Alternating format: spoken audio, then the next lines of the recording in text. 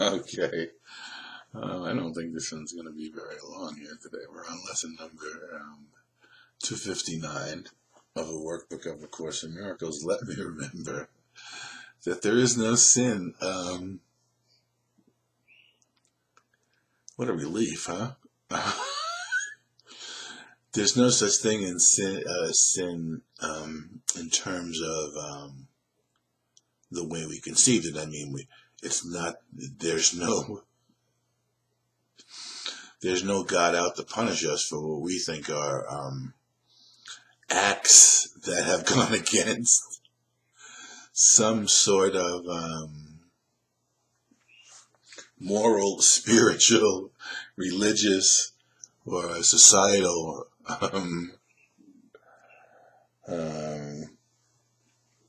mores.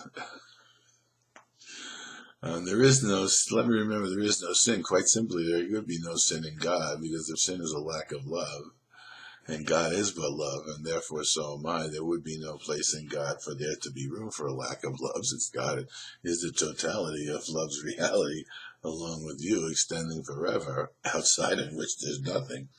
And you are created in His image. So we've read the lessons. Let me go back to it for a second, since there's no such thing as what we read. And that's basically what this is all about. Sin is insanity, is a means by which the mind is driven mad and seeks to set illusions take the place of truth.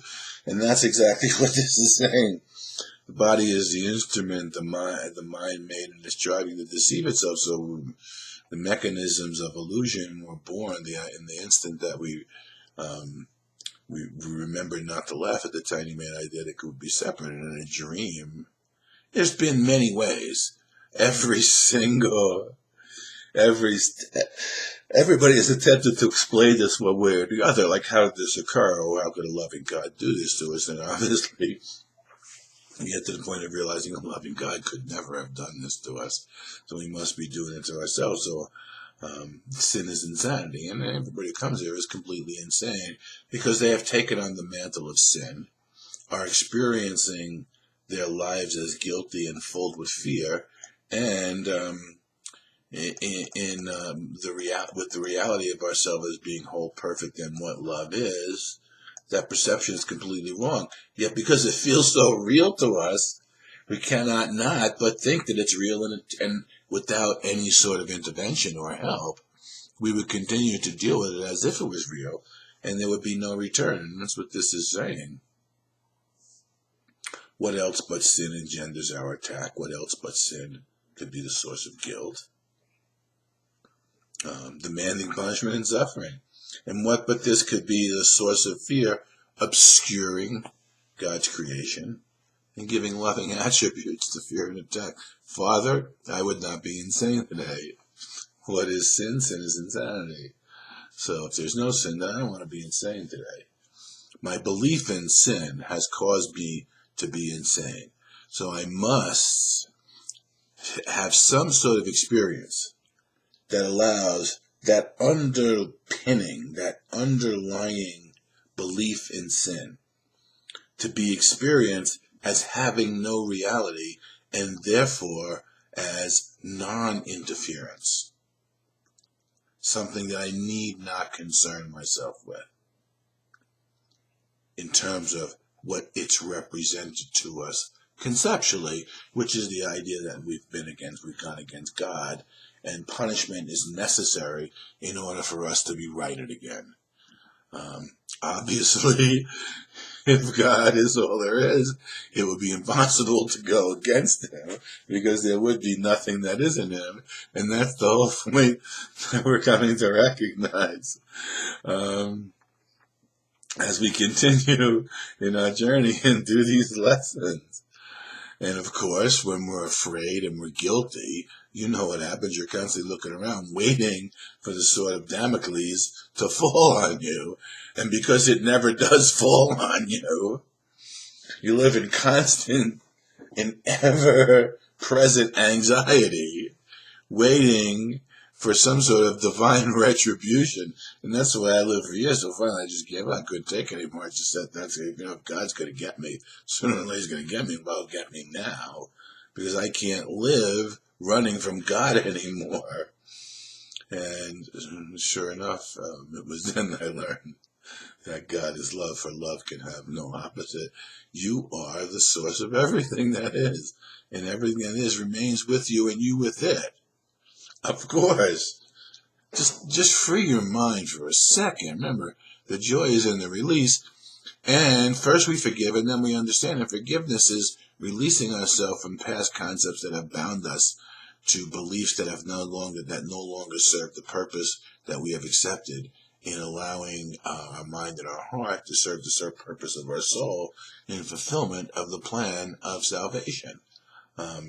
So the idea of sin no longer serves the purpose. So we must have an experience that shows us beyond any shadow of a doubt that our ideas of sin are completely false and they never existed, so that we can be free to approach God in our daily lives and carry the light and love of the Lord with us as we integrate our way, as we learn our way out of the condition of fear and guilt, back to the remembrance of the fact that love can have no opposite. So I would not be insane today. I don't want to be afraid of love. It is crazy. The egoic mind will hear a phrase like that, says, I would not be afraid of love, nor seek for refuge in its opposite, and say, I would never do that. That's what denial is. Denial is the unwillingness to entertain a thought, to see if it's true for you, rather than just reacting and denying the possibility of it. Everything is true by the possibility of it, because everything is the idea. Everything is an idea. The fact that you've been insane is the admission that you have to come to in order to come to the recognition that you no longer want to be insane. And if you haven't thought that you were insane, then you could never really think that you don't want to be insane, which is why half measures avail us nothing. And this course is believed in its entirety or not at all. It has to be accepted exactly as it is. It'll make you feel good if you read it, but it won't have any transformative value. It won't eliminate the idea of sin as being an activity within your consciousness that you cannot not help but then be anxious over, because you're constantly waiting for the sword to fall on your neck and